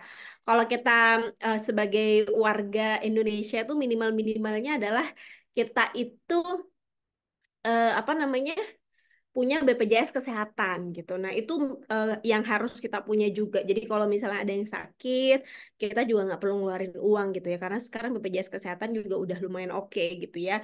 Udah bagus banget fasilitas-fasilitasnya gitu. Jadi memang apa namanya? Kita bisa pakai fasilitas tersebut. Nah, masalah investasi ini sebenarnya panjang banget gitu ya. Investasi dari masing-masing ini juga kalau dibahas nih akan jauh banget mendalam gitu. Kalau kita mau dalami satu persatu gitu ya. Investasi siswa syariah tuh yang kayak gimana, yang seperti apa, bukannya ini haram, riba dan segala macamnya. Ini juga akan jadi bahasan yang panjang sekali. Makanya di sini juga aku nggak bisa bahas terlalu jauh, tapi intinya adalah ketika kita udah punya pasangan nih, udah berkeluarga gitu ya. Salah satu cara cerdas ngelola keuangan bersama ketika kita udah punya tujuan keuangan bareng-bareng adalah kita ngelola uangnya gitu. Ibaratnya kita ngelola uangnya dengan cara tadi kita make sure cash flow kita sehat, kita bisa nabung, kita nggak terlilit hutang, dan kita dari hasil tabungan itu bisa diputar di investasi. Supaya apa? Supaya uang kita itu aman dari kita pakai gitu ya, dan uang kita bisa berkembang gitu ya. Tentunya yang sesuai dengan prinsip-prinsip syariah kayak gitu. Jadi mungkin lain kali lah kita bahas terkait dengan investasi syariah ini. Oke, ini kayak slide terakhir aku. Jadi aku sekarang lagi baru selesai nulis buku terkait dengan Islamic Financial Planning, judulnya Manifesting. Manifesting ini sebenarnya adalah salah satu judul yang memang aku pilih. Kenapa? Karena di sini buku ini yang aku tulis adalah tentang sebuah perjalanan kita gitu ya, memaknai kekayaan dalam Islam. Jadi intinya sebenarnya di sini nggak cuman sekedar ibaratnya kita kayak ngatur uang, bikin budget dan segala macamnya gitu ya, tapi kita benar-benar manifesting ke Allah bahwa ikhtiar-ikhtiar langit pun juga bisa loh kita lakukan gitu. Jadi bahwa ketika kita punya tujuan keuangan tertentu, misalnya mau haji, mau punya rumah, mau punya apa namanya mobil dan segala macam, kita tuh harus punya niat baiknya dulu, punya keyakinannya dulu sama Allah bahwa Allah tuh akan ngasih rezeki dari jalur mana aja, dan kita lakukan ikhtiar terbaik kita, yaitu dengan cara apa? Ikhtiar terbaik kita yaitu dengan cara nyari pendapatannya yang harus halal lah gitu ya, ngelolanya juga harus halal, gimana cara pengelolaannya, investasinya dan segala macamnya. Jadi ini buku aku sekarang lagi pre-order buat teman-teman mungkin yang tertarik mau belajar lebih dalam lagi terkait dengan Islamic Financial Planning gitu ya. Gimana cara ngatur uang yang benar-benar ibaratnya nggak bikin kita insecure, nggak bikin kita malah jadi ngerasa tertinggal, tapi malah kita sebenarnya tahu cara rasa cukup cukup kita. Banyak orang gini, banyak orang yang income-nya gede, tapi dia tuh ngerasa nggak cukup sama gajinya. Tapi ada income-nya yang biasa-biasa aja, tapi dia ngerasa cukup dengan hartanya. Nah itu sebenarnya bisa kita gali nih, gimana sih caranya meningkatkan rasa cukup kita? Karena once kita ngerasa cukup dengan apa yang kita punya, itu tuh kita nggak akan lagi ngebandingin diri kita sama orang lain gitu sih kurang lebihnya. Nanti kita akan diskusi lagi terkait dengan topik kali ini. Jadi nanti bisa kita raise hand atau kita bisa baca pertanyaan-pertanyaan yang di chat. Jadi aku serahkan lagi ke moderatornya. Terima kasih. Wassalamualaikum warahmatullahi wabarakatuh. Waalaikumsalam warahmatullahi wabarakatuh. Masya Allah Mbak Dera, ini sangat luar biasa banget. Tadi mulai dari awal tentang emang penting banget komunikasi financial planning bersama pasangan gitu, karena ini merupakan salah satu topik yang nantinya akan menggerogoti masalah-masalah lain gitu pada rumah tangga. Dan terbukti banyak banget juga ya tadi di data BPS itu peringkat kedua penyebab perceraian di Indonesia gitu adalah masalah finansial ini gitu. Nah, mungkin teman-teman, ibu bapak, handai taulan sekalian, di sini mungkin udah banyak pertanyaan yang ingin didiskusikan seputar tema diskusi ya, kita pada hari ini, terutama soal financial planning. Tapi sebelum itu, mohon ditahan dulu. Sebelum itu, aku mau ngomongin, jadi di sini kita ada hadiah bagi teman-teman, bapak ibu yang bertanya tercepat, dan yang kedua adalah yang dengan pertanyaan terbaik gitu. Jadi insya Allah kita akan memberikan hadiah imani sebesar Rp50.000 bagi ibu bapak yang bertanya tercepat dan yang terbaik gitu, pertanyaan terbaik. Tapi tapi ditahan dulu karena kita mau ada video pendek. Jadi nanti setelah video pendek, lalu aku persilahkan untuk Bapak Ibu bertanya, boleh langsung di raise hand ya, gitu. Jadi belum berlaku nih. Oke, mungkin video pendeknya boleh dibantu Kakak host, silakan. Ini informasi yang sangat menarik banget nih untuk teman-teman gitu. Tadi mungkin udah disebut-sebut juga ya, gitu, kita tidak boleh luput gitu dari kewajiban kita, karena nantinya kita akan ditanya gitu seputar 3 hal. Dari mana harta kita bersumber, yang kedua bagaimana cara mengelolanya, dan digunakan untuk apa. Nah, untuk menjawab pertanyaan yang ketiga nih, kira-kira kita gunakan untuk apa, mungkin video ini akan menjawab pertanyaan Bapak Ibu semua. Silahkan Kakak admin, boleh di-share videonya. Hidupmu akan dimudahkan jika kau mudahkan hidup sesamamu. Janganlah pernah kau ragukan apa yang telah dijanjikan olehnya. Ingatlah kita kan ditanya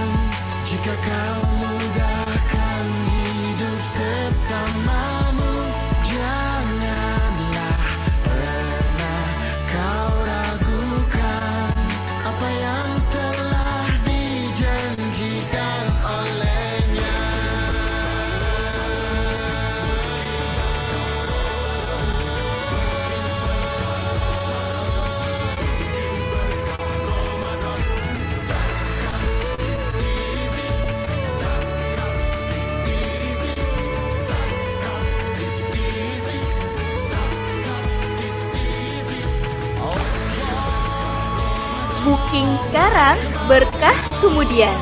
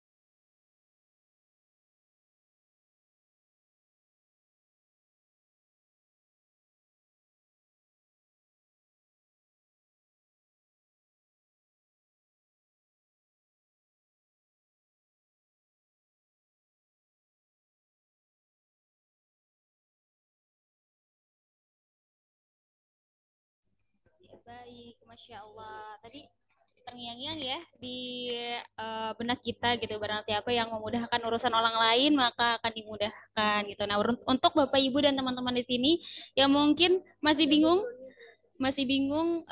kira-kira dana yang wajibnya, zakatnya, kira-kira mau dialokasikan kemana ya gitu ya. Karena memang itu adalah kewajiban, ya boleh banget nih teman-teman langsung ikut program kita booking berkah Ramadan. Boleh banget langsung scan di virtual background yang ada gitu, atau teman-teman nanti akan dikirimkan untuk programnya sama admin yang ngirimin eh, link Zoom ya. Oke.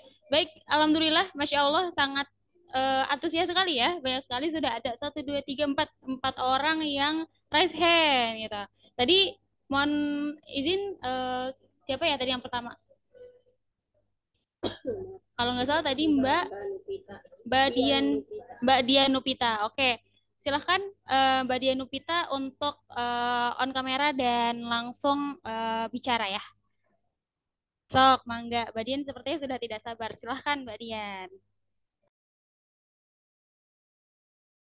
Assalamualaikum.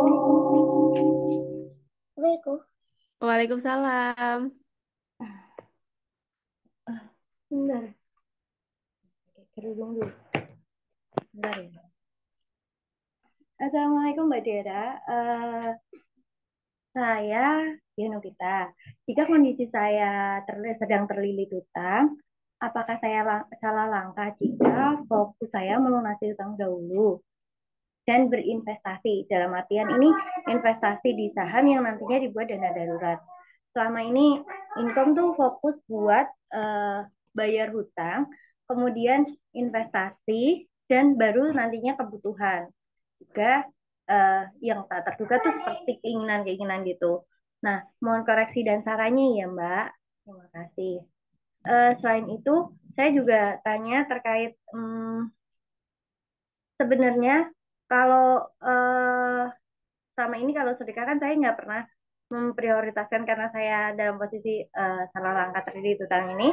Saya nggak pernah memfokuskan, maksudnya membudget sedekahnya harus gini nggak. Tapi saya selalu sedekah subuh yang nantinya nggak kalau dalam catatan pengeluaran saya itu saya nggak masukkan gitu. Itu gimana? Udah bener apa belum? Dan juga kalau misalnya dadakan kayak ada tetangga lahiran atau jenguk orang sakit, itu budgetnya tuh masuknya kebutuhan tak terduga atau keinginan tak terduga. Terima kasih. Oke, terima kasih banyak, Mbak Dian. Langsung aku jawab ya. Boleh silakan, Mbak. Hmm. Oke, jadi kalau misalnya nih case kita udah financial check up nih, udah lihat kondisi keuangan, kesehatan keuangan, dan sekarang posisi kita tuh kita lagi apa namanya hutangnya itu lagi kurang sehat gitu. Ibaratnya kayak tadi kalau kita lihat dari sisi income kita itu melebihi 35% gitu. Nah, apa yang harus kita lakukan? Nah, sebenarnya kita bisa fokus dulu nih Mbak Dian untuk menyelesaikan sebagian hutang kita. Jadi apakah kita mau mulai investasi dulu gitu ya? Kalau dari aku sih sebenarnya jangan fokus ke investasi dulu. Jadi kita hitung-hitung dulu nih ke kebutuhan kita. Dari income yang kita punya, dari misalnya penghasilan yang kita punya nih setiap bulannya itu tuh berapa yang bisa kita gunakan untuk yang namanya kebutuhan kita, kebutuhan rumah tangga. Misalnya dari kebutuhan rumah tangga setelah kita hitung-hitung, oh sebulannya itu kurang lebih 3 juta misalnya. Oke, 3 juta ini udah belum masuk keinginan loh yang bener-bener sifatnya kewajiban dan kebutuhan gitu ya. Nah, selanjutnya dari situ sisanya berapa yang kita kira-kira bisa untuk ngelunasin hutang dulu nih setiap bulannya. Jadi jangan masuk ke investasi dulu gitu ya. Jadi misalnya nih dari kita beberapa punya hutang gitu ya, kita bisa lunasin sebagian dulu supaya sampai ke tahap sehat dulu utangnya. Hutang tuh bukan berarti kita nggak boleh sama sekali. Tadi ya kalau kalau dari kita financial planner itu kita ngasih batasan hutang itu ibaratnya jangan sampai cicilannya lebih dari 35%. Jadi kalau udah lebih dari 35%, nah ibaratnya kayak kita berusaha dulu untuk nutup sebagiannya supaya nanti cicilannya itu nggak memberatkan setiap bulannya.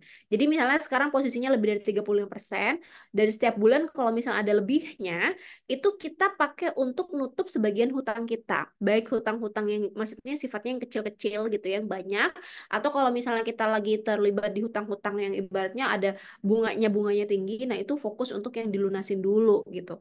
Nah, selebihnya kalau misalnya kita lihat oke, kita masih hutangnya masih di tahap sehat nih, masih di bawah 35%, tapi mungkin akan sambil untuk melunasin hutang. Nah, itu bisa kita sambil nabung dana darurat yang namanya dana darurat gitu ya. Jadi kalau misalnya pertama tadi konsepnya adalah kalau hutang kita masih belum sehat, kita fokus dulu ke hutangnya sebelum investasi. Yang kedua, kalau misalnya rasio utangnya tuh udah sehat, kita tetap harus memikirkan cara pelunasan hutangnya. Dan ini bergantung ya, hutang apa dulu gitu ya. Maksudnya apakah hutang-hutang yang sifatnya jangka pendek dan konsumtif. Nah, itu juga harus kita konsentrasi untuk pelunasan. Baru setelah itu kita fokus untuk ngumpulin dana darurat gitu. Nah, itu yang basic dulu nih yang penting gitu ya terkait dengan bikin budgetnya.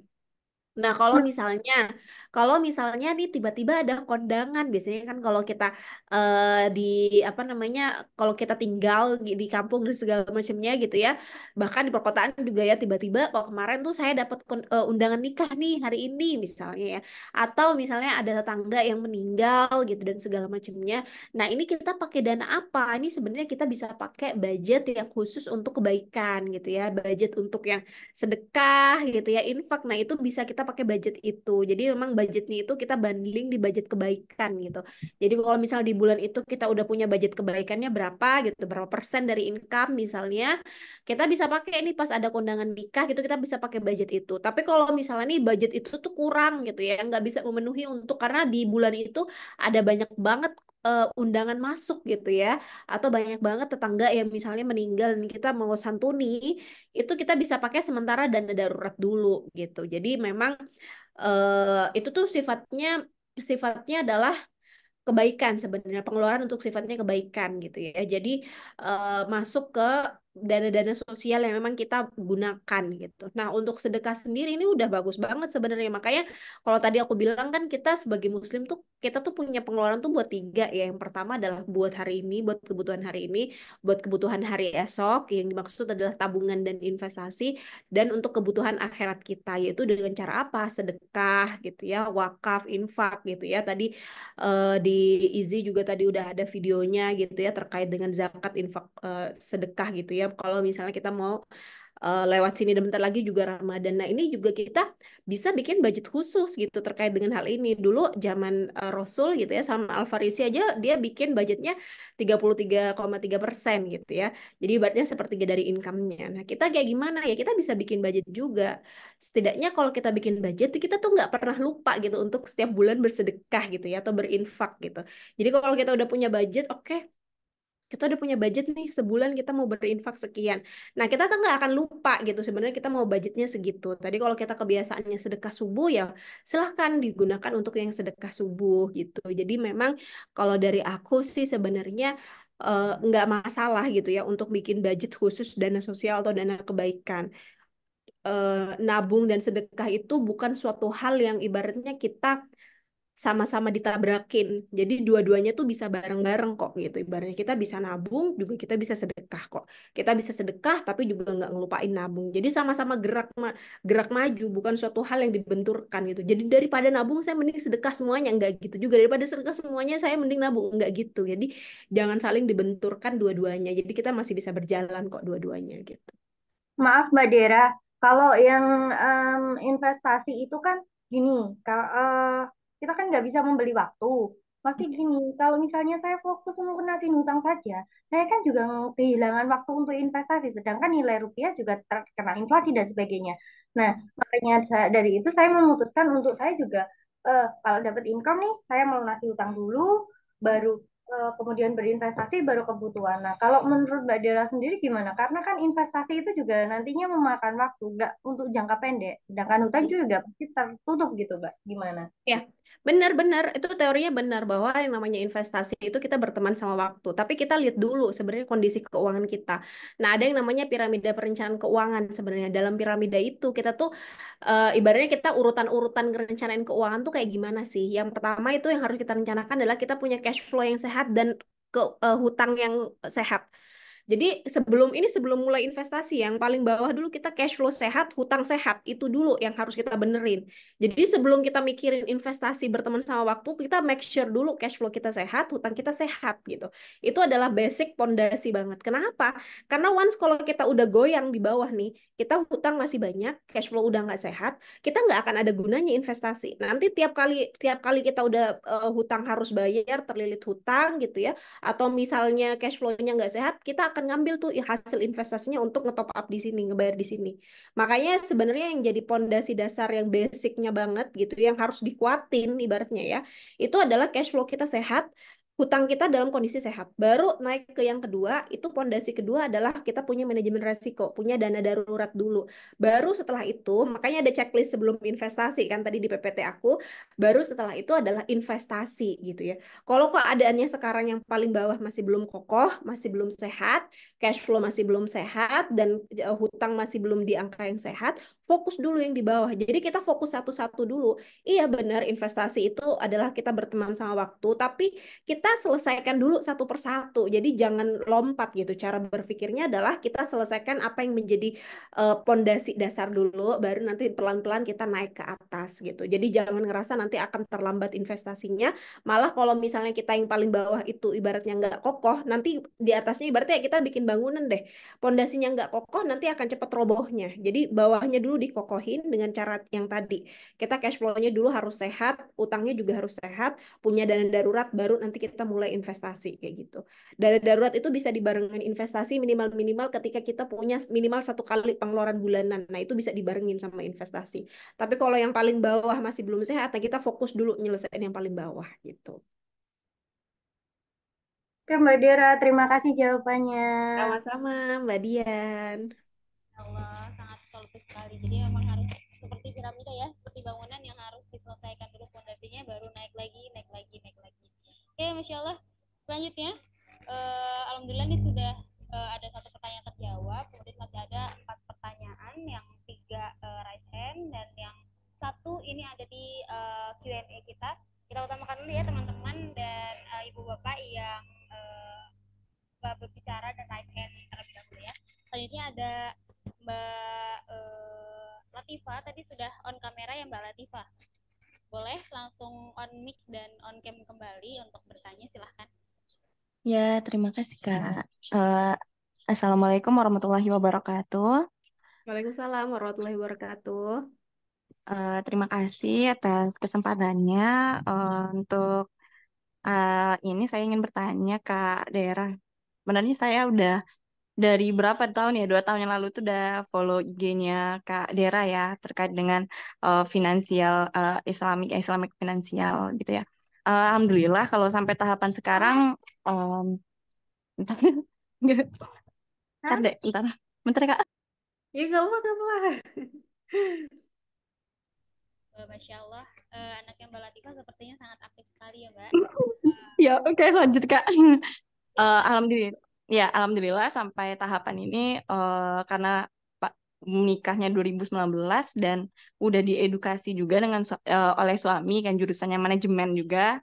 Kalau saya dari teknik gitu ya, itu terkait dengan hutang gitu ya. Alhamdulillah sampai sekarang kita itu tidak punya cicilan dan hutang gitu ya. Tapi untuk kedepannya kita masih punya planning untuk memiliki rumah. Mungkin semuanya punya itu juga ya, punya rumah ataupun kendaraan. Nah, yang di sini saya bertanya Kak Dera, kalau suami ini kan juga dosen sekaligus punya bisnis. Jadi uang yang biasa kita dapatkan atau tabungan dari gaji dosen gitu ya, itu kan sebagian diinvestasikan untuk bisnis. Apakah ini berdua hal yang berbeda ketika Kak Dera sampaikan tadi dana darurat dan jika uang keluarga itu kita investasikan untuk ke bisnis, apakah perlu dibedakan juga dana darurat juga harus ada, investasi bisnis itu juga hal yang berbeda Kak Dera. Nah, terus satu lagi terkait dengan karena saya baru memulai ya Kak Dera untuk mulai memikirkan mungkin untuk mempunyai rumah sendiri gitu ya dan kendaraan sendiri dan baru mencoba untuk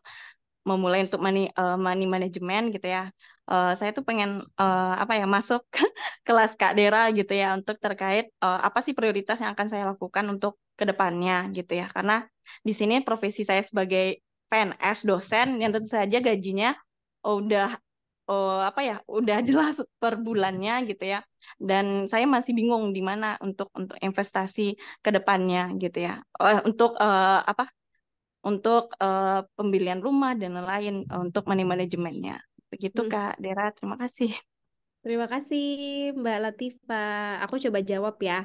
Jadi pertanyaan pertama nih dari suami, misalnya dia dosen dan juga punya usaha gitu. Jadi kayak sebagian dari income dosennya itu diputar Mm, juga buat usaha. Nah itu gimana? Ini sebenarnya nanti akan ada dua pengelolaan keuangan nih. Pengelolaan keuangan keluarga, which is yang dari nanti income-nya Mbak Latifah sama suami yang dosen, sama pengelolaan keuangan bisnisnya. Jadi pengelolaan keuangan bisnis ini jangan sampai dicampur sama pengelolaan keuangan yang keluarga tadi gitu yang hari-harinya gitu ya. Jadi jangan sampai ibaratnya hari-hari kita beli makanan itu ngambil dari uang yang bisnis kayak gitu. Jadi biar tahu kita pengeluaran bisnis itu ya udah khusus income dan expense yang memang khusus bisnis aja gitu ya. Yang pengeluaran sehari-hari ya udah kita pakai gaji yang dari gajinya dosen, Mbak Latifah, PNS gitu ya sama suaminya gitu. Nah, dari yang bisnis ini bisnis yes benar itu part of investasi juga, bagian dari investasi juga. Tapi kita tuh juga karena kita harus mencatat ya.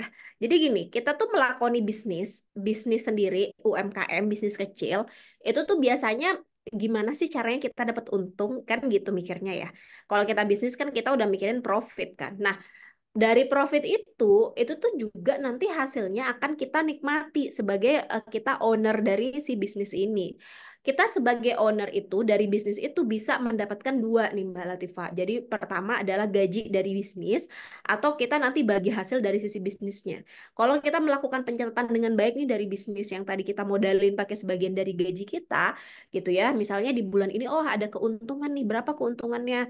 3 juta, let's say misalnya 3 juta. Oke, dari 3 juta ini bisa kita ada dua pilihan. Apakah kita mau apa namanya putar lagi buat modal bisnisnya atau sebagian tuh buat gaji kita sebagai pemilik gitu. Misalnya kayak kita ada dari 3 juta, oke 1,5 juta kita buat kita dong pemilik buat bagi hasilnya pemilik gitu. 1,5 jutanya kita putar lagi untuk modal gitu. Nah, si 1,5 juta yang kita buat gaji pemilik itu adalah uang yang memang akan kita nikmati, kita bisa tabung di tempat yang lain, bisa buat beli emas lah, bisa buat beli misalnya apa namanya tadi reksadana lah dan segala macamnya. Jadi udah jelas gitu. Oke, 1,5 juta tadi yang diputar buat modal bisnis, 1,5 juta adalah dinikmati sama kita ownernya. Yang 1,5 juta dinikmati ownernya itu kita puterin lagi buat investasi lagi gitu kan. Nah, itu yang kan jadi nanti tambahan kita kalau misalnya kita mau beli punya tujuan keuangan lain. Tadi udah kebayangkan ya tujuan keuangan terdekat kita pengen banget punya rumah misalnya. Oke, kita punya rumah, kita maunya tuh yang beli rumah jadi atau beli bangun rumah, kan itu dua hal yang beda ya. Kalau kita bangun rumah kan kita beli tanahnya. Beli tanahnya, kalau sekalipun beli tanahnya, kita mau beli tanahnya di mana nih dengan harga berapa. Nah, itu yang harus kita tahu dulu supaya kita punya target setidaknya berapa sih yang harus kita tabung, yang harus kita simpan, yang harus kita investasikan. Misalnya harga tanahnya kalau misalnya di daerah X gitu ya, misalnya bisa beli harga tanah yang senilai 250 juta misalnya. Ya udah kita fokus untuk nabung untuk dapetin 250 juta tadi. Dapat dari mana? Ya udah sisihkan misalnya dari income-nya Mbak Latifah itu bisa disisihkan buat ke sini adalah si 15%, dari bisa sisihkan dari income bisnis juga sekian persen misalnya gitu ya. Nah, itu kita taruh di mana ya? Kita investasikan, kita taruh taruh di suatu tempat gitu ya yang sekalinya aman. Jadi jangan naruh di tabungan gitu ibaratnya supaya supaya nggak keambil sama kita dan supaya uang kita tuh masih bisa berkembang lagi gitu kan. Nah, apakah boleh Mbak diputar ke bisnis? Ya bergantung tadi bisnisnya kan udah ada modal yang diputar ya gitu ya. Itu cukup apa enggak? Oh, itu cukup sih. Kalau misalnya kita mau memperbesar bisnis butuh modal lagi gimana? Ya nggak apa-apa di top up ke sana, tapi ya make sure lagi nanti pencatatannya benar supaya kita kita tuh gini, bisnis itu kan naik turun ya, kadang untung kadang rugi. Dan kita udah bikin catatan-catatan dan segala macam juga belum tentu kita ibaratnya semuanya untung gitu. Jadi makanya kita tetap harus punya catatan yang baik. Nah, once kita udah tahu nih sebenarnya yang bisa disisihkan dari gaji kita berapa, dari bisnis berapa gitu untuk bangun rumah, kita bisa memilih instrumen investasi yang sesuai sama kita. Mau beli rumahnya misalnya, oke, kita bisanya nih kayaknya yang realistis nih adalah 3 tahun lagi misalnya ya. 3 tahun lagi oke masih realistis lah ya dengan kondisi sekarang gitu ya, dengan nabung per bulan sekian juta gitu. Mau nabungnya di mana? Nah, itu tuh jadi pertanyaan. Mau nabungnya di mana? Nah, itu adalah memilih instrumen investasi tadi gitu ya. Mau nempatin uang kita di mana? Nah, itu jadi PR selanjutnya. Pilihannya sebenarnya ada beberapa ya. Kalau misalnya 3 tahun sampai 5 tahun gitu ya, itu bisa ditaruh di logam mulia bisa, atau bisa di apa namanya sukuk. Sukuk itu adalah surat berharga negara syariah itu bisa, atau bisa di reksadana pendapatan tetap yang syariah itu juga bisa. Jadi itu juga bisa jadi pilihan. Tapi yang perlu aku garis bawahi di sini bahwa yang namanya tujuan keuangan tuh kita harus smart gitu Mbak Latifah. Jadi spesifik dalam artian kita mau beli rumahnya kapan, mau seharga berapa nih kurang lebih rumahnya, mau bangun atau mau beli rumah jadi gitu ya. Measurable, kita butuh dananya berapa dan kira-kira kita bisa nabung berapa nih tiap bulannya untuk ke arah situ. Nah, itu ikhtiar-ikhtiar bumi yang bisa kita lakukan ibaratnya. Karena tugas manusia kan ikhtiar ya, berproses ya. Ibaratnya nanti lanjutnya kita ngetok ikhtiar langit juga gitu. Ibaratnya kita doa punya keyakinan sama Allah gitu. Nah, itu juga tetap harus kita lakukan. Kayak gitu kurang lebihnya Mbak Latifah. Oke, terima kasih Kak Dera. Sama-sama. Kalau ada kelas ini Kak, money manajemennya Kak, mau gabung juga. Boleh, boleh. Nanti aku info-info di Instagram ya. Ya. Keren banget nih kelasnya Mbak Dera, selalu dinantikan sama teman-teman di sini. Oke, langsung saja berangkat ke pertanyaan selanjutnya. Ini udah ada Mbak Rahma yang udah raise hand dan udah on cam. Silahkan untuk Mbak Rahma pertanyaannya, boleh. Assalamualaikum warahmatullahi wabarakatuh. Waalaikumsalam warahmatullahi wabarakatuh Mbak Rahma.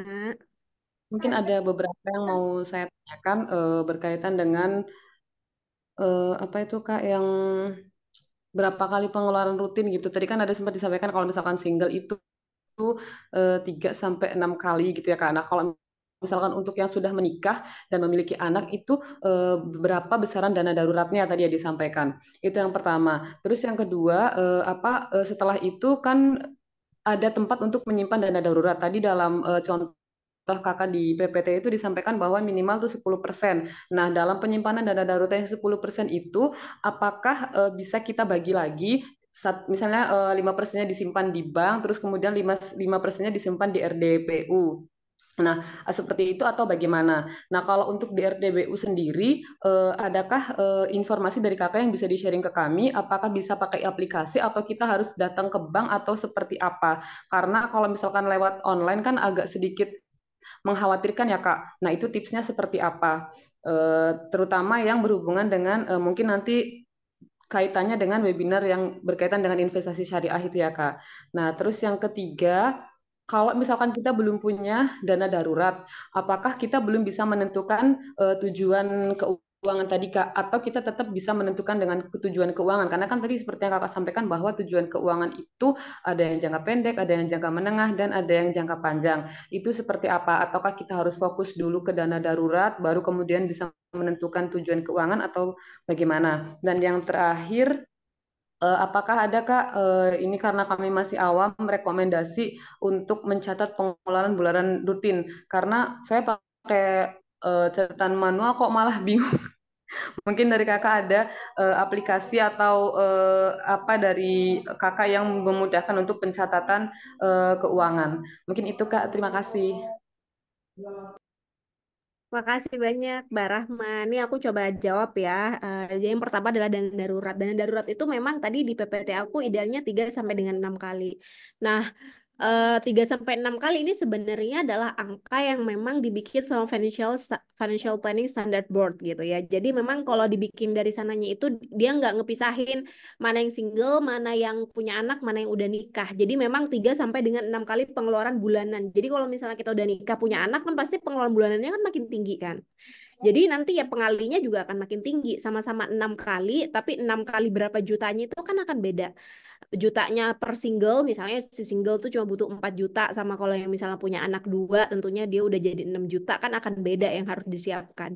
Jadi memang kalau dari sini sih, kalau dari aku, memang di luar sana nanti akan ketemu ya banyak banyak teori-teori. Kalau nanti punya, kalau udah nikah misalnya 6 kali, kalau punya anak 1 9 kali, punya anak 2 lebih dari 2 12 kali, misalnya ada kayak gitu. Mungkin ada orang yang akan membuka teori itu, tapi kalau dari aku adalah biasanya once kita kalau misalnya kita udah berkeluarga punya anak kan pengeluarannya udah makin meningkat nih. Ya udah nanti pengalinya juga akan makin banyak gitu. Jadi kalau misalnya 3 sampai 6 kali berapa pengeluarannya tuh juga akan lebih tinggi dibandingkan orang-orang yang masih single. Nah, tapi akan jadi berbeda ketika misalnya pekerjaannya nanti Mbak Rahma sama suami itu termasuk pekerjaan yang freelance, misalnya pekerja bebas atau pekerja yang di kantor yang memang udah dapat gaji gitu ya. Nah, itu nanti akan berbeda. Orang-orang yang freelance atau misalnya dia nggak jelas nih tiap bulannya itu dapat income berapa atau pebisnis, nah itu butuh dana darurat memang yang lebih tinggi karena pekerjaannya itu lebih ke uncertain ya, maksudnya kayak lebih ke uncertainty-nya itu lebih tinggi dibandingkan orang-orang yang kerja di kantoran atau PNS yang tiap bulannya tuh udah punya, udah digajinya berapa gitu. Tapi di luar itu kalau misalnya pekerjaannya kita tipenya pekerjaan yang kantoran, bukan yang tipe kerjaan-kerjaan yang uncertain, itu kita nyiapin 3 sampai 6 kali pengeluaran bulanan tuh juga udah cukup gitu ya. Nah, disimpannya di mana? Tadi disimpannya bisa di tabungan, bisa di RDPU. 10% itu sebenarnya 10% itu adalah angka minimal yang bisa minimalnya kalau kita baru belajar gitu ya, kita sisihkan untuk nabung gitu ya secara umum sebenarnya. Kalau kita bisa nyisihinnya 30% gimana ya? Oke, bagus gitu ya. Tapi kalau misalnya kita baru nyisihin 10% ya nggak apa-apa, nggak masalah. Nanti seiring berjalannya waktu kita coba kembangkan gitu. Nah, si 10% ini pilihannya juga banyak gitu ya. Maksudnya apakah harus semuanya taruh dana darurat? Kalau belum punya, iya taruh di dana darurat semuanya. Tapi kalau udah punya dana darurat gitu ya, dana darurat kita udah ideal ya kita bisa taruh tabung di tempat yang lain gitu ya, diinvestasi di tempat yang lain gitu seperti itu. Nah, untuk RDPU sendiri ini kan sebenarnya reksadana ya. Reksadana itu kita beli reksadana di mana? Kita beli di reksadana itu di agen penjual reksadana namanya. Sebenarnya sekarang udah nggak perlu lagi datang ke bank, sebenarnya udah bisa pakai beberapa aplikasi. Aku nyebutin beberapa ya, jadi belum apa namanya bukan berarti ini aku lagi promo. Jadi contoh-contohnya aja adalah aplikasinya misalnya ada Bibit, ada Bareksa, ada Tanam Duit, gitu ya, ada Coinworks dan itu masih banyak sekali. Jadi memang itu aplikasi yang kayak apa ya jual beli reksadana kayak marketplace kayak Shopee Tokopedia tapi yang dijual tuh reksadana gitu. Nah, itu aman nggak? Itu aman gitu. Kenapa? Karena dia itu cuma sebagai perantara doang. Uang kita itu tidak mengendap di aplikasi-aplikasi itu.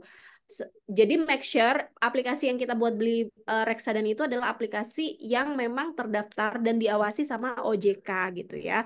Nah, dari aplikasi situ uang kita tuh nanti akan dibelikan reksadana yang nanti uang kita tuh ibaratnya kesimpannya di ada istilahnya Custodian Central Efek Indonesia. Jadi itu adalah besaran lah ibaratnya kayak bursanya gitu ya. Jadi memang uang kita tuh nggak akan diambil sama si aplikasi-aplikasi macam bibit Bareksa ini gitu. Jadi aman, insya Allah aman. Jadi kedepannya kalau misal bibitnya bangkrut gimana? Ya uang kita tuh lagi nggak ada di bibit gitu. Kita punya barangnya si reksadana itu nanti tetap bisa dicairkan kok gitu. Jadi untuk reksadana kayak gitu silahkan bisa pilih. Nah untuk aplikasi money management itu banyak banget macamnya. Jadi aku beberapa kali itu sebenarnya sharing di Instagram gitu ya. Aplikasi money management itu di luar sana gitu ya. Kalau kita mencet HP itu ya buka aplikasi itu banyak banget. Ada Money Lover, Money Manager, Money apalah gitu ya segala macamnya. Dan itu setiap aplikasinya itu ada positif negatifnya. Ada Finku, ada Pina gitu ya yang berapa pernah aku coba-coba juga. Ada 1000 juga karya anak Indonesia banyak juga sebenarnya di luar. Nah, masalahnya adalah sometimes tuh orang cocok-cocokan gitu. Ada, aku pernah ketemu sama orang yang dia tuh lebih cocok sebenarnya ditulis pakai tangan aja, ditulis di buku gitu. Jadi dia punya buku kecil, ya udah ditulis di buku gitu, atau ditulis di HP yang kesambung sama worksheet Excel. Nah itu bisa juga kayak gitu. Ada orang yang pakai aplikasi juga dia bisa disiplin. Jadi memang kamu bisa coba-coba sih. Nanti tipenya nanti akan ketahuan sebenarnya kamu tipenya lebih cocok yang pakai aplikasi gitu ya, atau nulis di buku, atau nulis di Excel gitu ya. Jadi nanti bisa bisa kita lihat. Untuk tools, untuk alatnya buat nyatat itu sebenarnya banyak banget di luar gitu. Jadi aku mau rekomendasiin yang mana gitu ya. Aku pernah nyoba banyak juga sebenarnya, maksudnya untuk ngelihat ya, untuk ngasih tahu orang juga, dan semuanya sebenarnya bagus-bagus. Kayak misalnya Money Lover gitu tuh banyak yang pakai, nah itu bisa dicoba juga gitu ya. Money Manager itu juga oke, cuman balik lagi sih sebenarnya ada orang yang nggak cocok-cocokan juga gitu, misalnya nggak cocok pakai yang kayak gini sistemnya. Jadi silahkan silahkan explore juga, nanti akan tahu kita lebih cocoknya itu pakai tools yang mana untuk money managementnya Ya, gitu. ya. Kak, yang tadi itu yang 10% dari yang dana darurat itu, kalau misalkan memang kita belum punya, apakah sebaiknya kita simpan semua di bank atau kita simpan di RDPU itu ya, Kak? Kalau misalkan kita baru mau mengawali untuk membuat dana darurat, gimana, Kak? Kalau kita baru ngawalin taruh di tabungan aja. Jadi dana darurat itu kalau kenapa tadi aku nulisnya 2 gitu ya. Jadi kita gini, once kita punya dana darurat misalnya udah kekumpul 15 juta gitu ya. 15 juta udah itu tuh dana darurat ideal kita. Nanti disimpannya di mana? 7,5 juta di tabungan biasa, 7,5 jutanya itu di RDPU. Tapi kalau baru mulai banget kayak kita masih belum punya, baru mau mulai itu taruh di tabungan dulu aja. Nanti baru kalau udah kekumpul lebih dari setengahnya, nah setengahnya itu nanti taruh di RDPU-nya gitu. Oke, baik. Terima kasih banyak, Kak Dera. Sama-sama. Allah. Terima kasih Kak Dera sekali lagi atas jawaban yang sangat Masya Allah sekali gitu.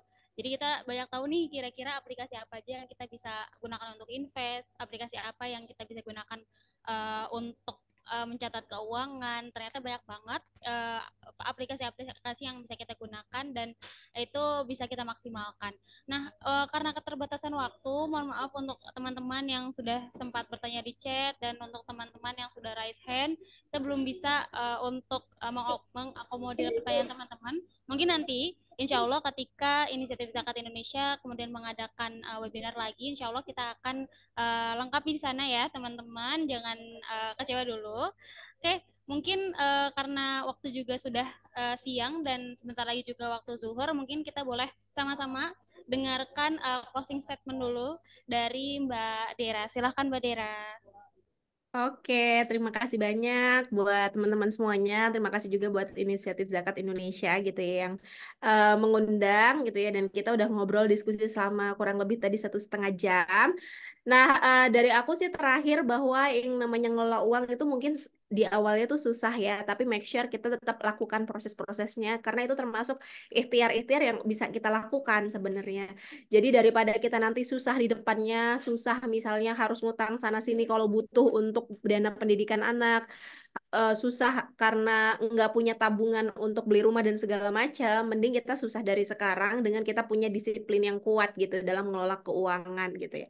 Insya Allah kalau misalnya kita udah kebiasa nih, udah kebiasa nyisihin, udah punya cash flow sehat dan segala macamnya, itu tuh akan lebih mudah kok buat kita untuk ngontrol semuanya. Makasih sekali lagi, mohon maaf kalau ada kesalahan. Wassalamualaikum warahmatullahi wabarakatuh. Waalaikumsalam warahmatullahi wabarakatuh. Masya Allah, betul banget. Kalau kita bicara soal keuangan, ini bicara soal jangka panjang ya, gitu. Awal-awalnya mungkin susah, awalnya mungkin terseok-seok gitu, tapi ke depannya akhirnya insya Allah nanti bakal bisa terpenuhi nih apa yang kita ciptakan selama ini.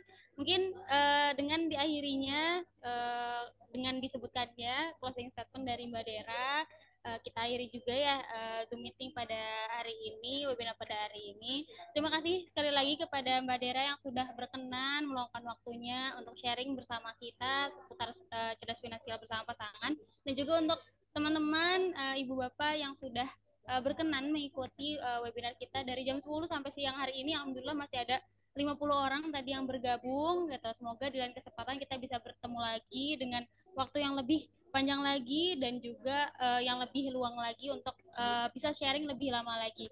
Untuk teman-teman yang nantinya akan mendapatkan hadiah berupa e-money sejumlah Rp50.000 yang ada 2 orang, insya Allah nanti akan diinformasikan melalui personal chat, dan semoga teman-teman beruntung dan silakan ditunggu ya teman-teman dan ibu bapak sekalian. Mungkin itu saja. Mari kita akhiri webinar pada hari ini dengan mengucap hamdalah, alhamdulillahirobbilalamin. Dan sekian dari saya Ade Fitria, selaku perwakilan dari Inisiatif Zakat Indonesia. Mohon undur diri. Wabillahi taufiq wal hidayah. Assalamualaikum warahmatullahi wabarakatuh. Waalaikumsalam warahmatullahi wabarakatuh. Terima kasih Izi, terima kasih Mbak Dira. Terima kasih juga. Terima kasih juga Mbak Atika.